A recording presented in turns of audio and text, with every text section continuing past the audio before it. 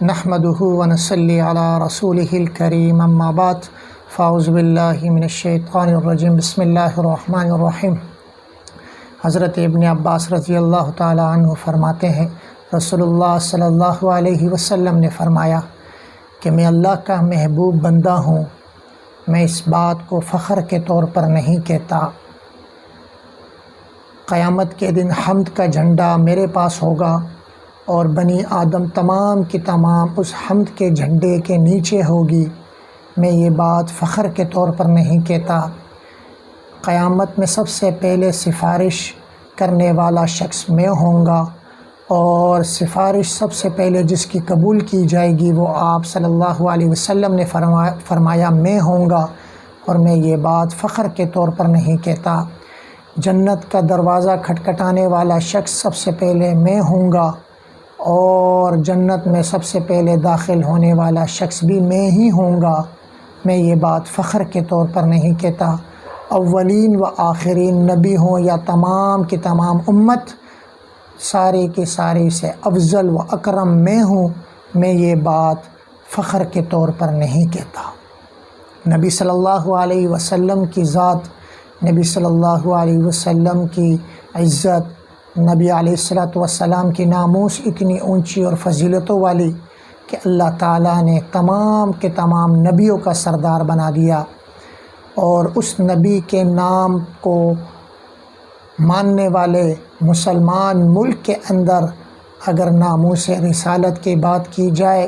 یا ناموس رسالت کے لیے کچھ قوانین بنانے کا کہا جائے تو وہاں پر سختیاں شروع ہو جاتی ہیں۔ مولانا سعد رضوی صاحب کو آپ کے علم میں ہے گرفتار کر لیا گیا ہے، اور انہوں نے کسی بات کا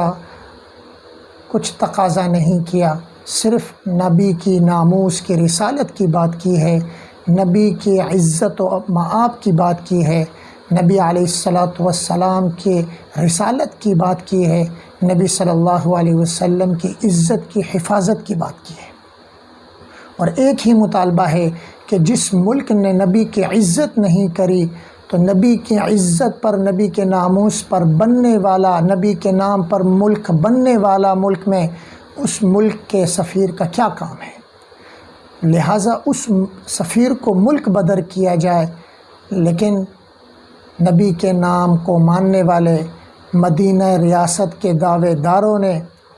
نبی کے نام پر قسم کھانے والے، حلف اٹھانے والے، اسمبلی فلور پر رہنے والے تمام ممبران نے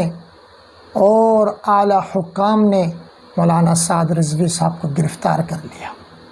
اور صرف ایک وجہ کہ اگر نبی کے ناموس کے لیے ملک بدر نہیں کیا گیا تو ہم نبی کی ناموس کے لیے، نبی کی عزت و آداب کے لیے اور نبی کی ناموس کے لیے ہم جو ہے وہ ملک سے باہر، ہم ملک میں نکلیں گے اور ہم احتجاج کریں گے، ہم روڈوں پر نکلیں گے، لیکن ہمارے حکام نے نبی کی ناموس کے لیے ان کو گرفتار کرنا تو چاہا، لیکن نبی کے ناموس کے لیے فرانس کے سفیر کو ملک بدر نہیں کرنا چاہا۔ تو میں یہاں پر دو باتیں عرض کرنا چاہتا ہوں۔ پہلی یہ کہ اس ملک کو علماء نے بڑی جد و جہد سے حاصل کیا، اور بڑی جد و جہد اور قربانیاں دے کے حاصل کیا۔ علماء کا اس ملک کو حاصل ہونے میں اور اس ملک کے بننے میں بڑا کردار رہا ہے۔ جس طرح غیروں سے اس ملک کو حاصل کرتے ہوئے علماء نے قربانیاں دی اور جان اور مال خرچ کیا، تو اس ملک کی بقا کے لیے بھی علماء اپنی جان اور مال دینے کے لیے تیار ہیں۔ تو جب اس ملک کو اللہ کے اور اللہ کے نبی کے نام پر بنایا گیا، اس کے لیے جان قربان دینے کے لیے تیار ہیں، تو نبی کی ناموس کے لیے کیوں نہیں دیں گے؟ لہٰذا سب سے پہلے میں یہ گزارش کرتا ہوں کہ مولانا سعد رضوی صاحب کو اکیلا تنہا نہ سمجھا جائے، خدا را، کیونکہ ان کے پیچھے علماء ہیں، ان کے پیچھے عاشقان رسول ہیں، ان کے پیچھے ہر وہ شخص ہے جو نبی کو مانتا ہے۔ اگر ان کو تنہا سمجھ کے آپ نے گرفتار کیا ہے اور مسئلے کو دبانے کی کوشش کی ہے یا دھمکانے کی کوشش کی ہے تو خدا را یہ طریقہ مناسب نہیں، یہ ایک اسلامی ملک کے عہدیداران کے لیے مناسب نہیں، یہ اعلیٰ حکام کے لیے مناسب نہیں۔ دنیا میں تو آپ جو بھی کچھ کر جائیں گے، لیکن نبی علیہ السلام کو کیا منہ دکھائیں گے مرنے کے بعد کہ نبی علیہ السلام میں نے آپ کے ناموس کی بات کرنے والے کو گرفتار کر لیا تھا اس لیے کہ ملک میں انتشار ہو رہا تھا، اور اصل انتشار کے سبب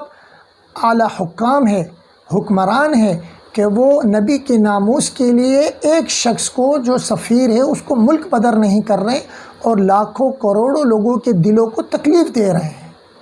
اور علماء کو جن کے پیچھے ہم اقتداء کرتے ہیں، عبادات کرتے ہیں، نمازیں پڑھتے ہیں، نکاح طلاق تمام معاملات ان علماء سے کرواتے ہیں، لیکن ان علماء کو ہم تکلیفیں دے رہے ہیں، پریشان کر رہے ہیں، صرف اس لیے کہ وہ ناموس رسالت کی بات نہ کریں، ناموس صحابہ کی بات نہ کریں، تقدس اشخاص خاصہ کی بات نہ کریں، اہل بیت کی بات نہ کریں۔ لہٰذا میں گزارش کرتا ہوں کہ دو کام کریں۔ خدا را اگر بدامنی نہیں چاہتے، امن چاہتے ہیں، ملک کو اچھے حالات کی طرف لے جانا چاہتے ہیں، انتشار سے بچانا چاہتے ہیں، فساد سے بچانا چاہتے ہیں، خون ریزی سے بچانا چاہتے ہیں، کہ ایسا نہ ہو غیر بیچ میں گھس کے اپنا کام شروع کر دے، دو کام کر لیں۔ نمبر ایک، سعد رضوی صاحب کو جو تحریک لبیک پاکستان کے سربراہ ہیں ان کو فوری طور پر رہا کیا جائے باعزت طریقے سے، اور ان کو ان کی رہائش گاہ پر چھوڑ کر ان سے معذرت کی جائے کہ آپ نے ناموس رسالت کے لیے نکلے تھے اور ہم نے آپ کو گرفتار کر لیا، ہم معذرت چاہتے ہیں۔ اور نمبر دو، جو پورے 22 کروڑ عوام کا مطالبہ ہے کہ فرانس کے سفیر کو ملک بدر کیا جائے، فوراً اس پر عمل کرتے ہوئے فرانس کے سفیر کو ملک بدر کر دیں،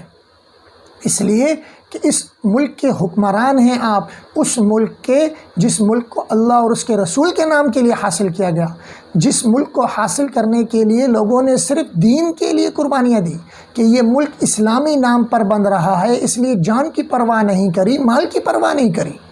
اور اگر یہی حالات رہے اور علماء کو تنگ کیا گیا، اسلامی تشخص کا مذاق اڑایا گیا، مساجد کا مذاق اڑایا گیا، مدارس پر طرح طرح کے حملے کیے گئے، صحابہ کی تقدس کا خیال نہیں رکھا گیا، دفاع صحابہ کے لیے مضبوط قوانین نہیں بنائے گئے، ناموس رسالت کے لیے مضبوط قوانین نہیں بنائے گئے، تو اور اہل بیت کے لیے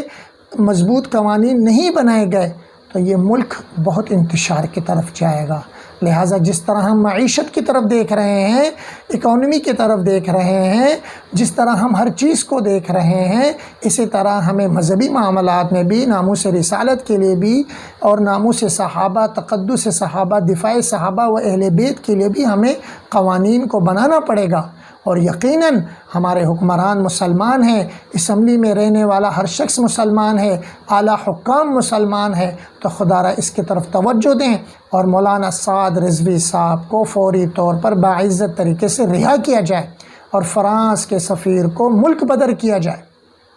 اگر علماء کے کچھ اندرونی اختلافات کی وجہ سے آپ یہ سمجھ رہے ہیں کہ ناموس رسالت کے لیے بھی ہم الگ الگ ہیں، تو یہ بات بہت غلط ہے۔ آپ اپنے دل سے اس اندازے کو نکال دیں۔ علماء اور تمام امت ناموس صحابہ کے لیے، ناموس رسالت کے لیے، دفاع صحابہ و اہل بیت کے لیے ایک ہے، رہیں گے اور انشاءاللہ آئندہ بھی چلیں گے۔ تو اس سے پہلے کہ بڑے علماء، میں تو مجھ جیسا ناچیز انسان عالم کیا حیثیت رکھتا ہے، لیکن اگر بڑے علماء نے کوئی بڑا اقدام اٹھایا تو ملک کے لیے بھی اچھا نہیں ہوگا اور حکام کے لیے بھی اچھا نہیں ہوگا۔ لہٰذا فوری طور پر اس پر ایکشن لیتے ہوئے توبہ کر کے اس رمضان المبارک میں عبادات کا موقع دیتے ہوئے کہ علماء نے رمضان المبارک میں قرآن کو تراویح میں سنانا ہے، درس قرآن دینا ہے، حدیث کی درس دینے ہیں اور لوگوں کو عبادات کی طرف لانا ہے، گناہوں سے بچانا ہے۔ آپ نے علماء کو ایک نئی مشکل میں، پریشانی میں، تشویش میں ڈال دیا اور تحریک لبیک پاکستان کے سربراہ مولانا سعد رضوی صاحب کو گرفتار کر لیا۔ تو میں مطالبہ کرتا ہوں کہ فوری طور پر رہا کیا جائے۔ ایسا نہ ہو کہ اس ملک میں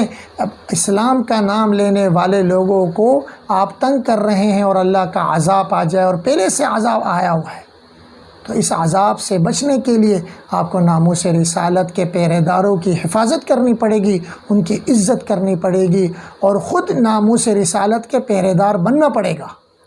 تو میری دعا ہے اللہ تعالی ہم سب کو ہدایت عطا فرمائے، اور میں امید کرتا ہوں کہ مولانا سعد رضوی صاحب کو جو ہے رہا کیا جائے گا، اور میں عوام سے بھی گزارش کرتا ہوں کہ تھوڑا سا اطمینان رکھیں، تھوڑا سا حوصلہ رکھیں، انشاءاللہ ان کو عقل آ جائے گی، اور دعائیں کریں اور تہجد کا اہتمام کریں، توبہ کا اہتمام کریں کہ اللہ تعالیٰ اس ملک پر جو بری نظر رکھنے والے لوگ ہیں، چاہے وہ اندرونی ہوں یا بیرونی ہوں، جو بھی ہوں، یا اللہ ان سے محفوظ کر کے اس ملک کو اسلام کا بول بالا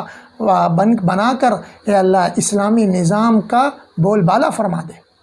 اسلامی نظام اور مدینہ ریاست کی طرح چلنے والا ملک بنا دے۔ جو شخص مدینہ ریاست کا نام لیتا ہے وہ اس طرح بالکل نہیں کرتا کہ ناموس رسالت پر آواز اٹھانے والوں کو جیل سلاخوں میں ڈال دیا جائے اور اس کو گرفتار کر دیا جائے۔ وآخر دعوانا ان الحمد للہ رب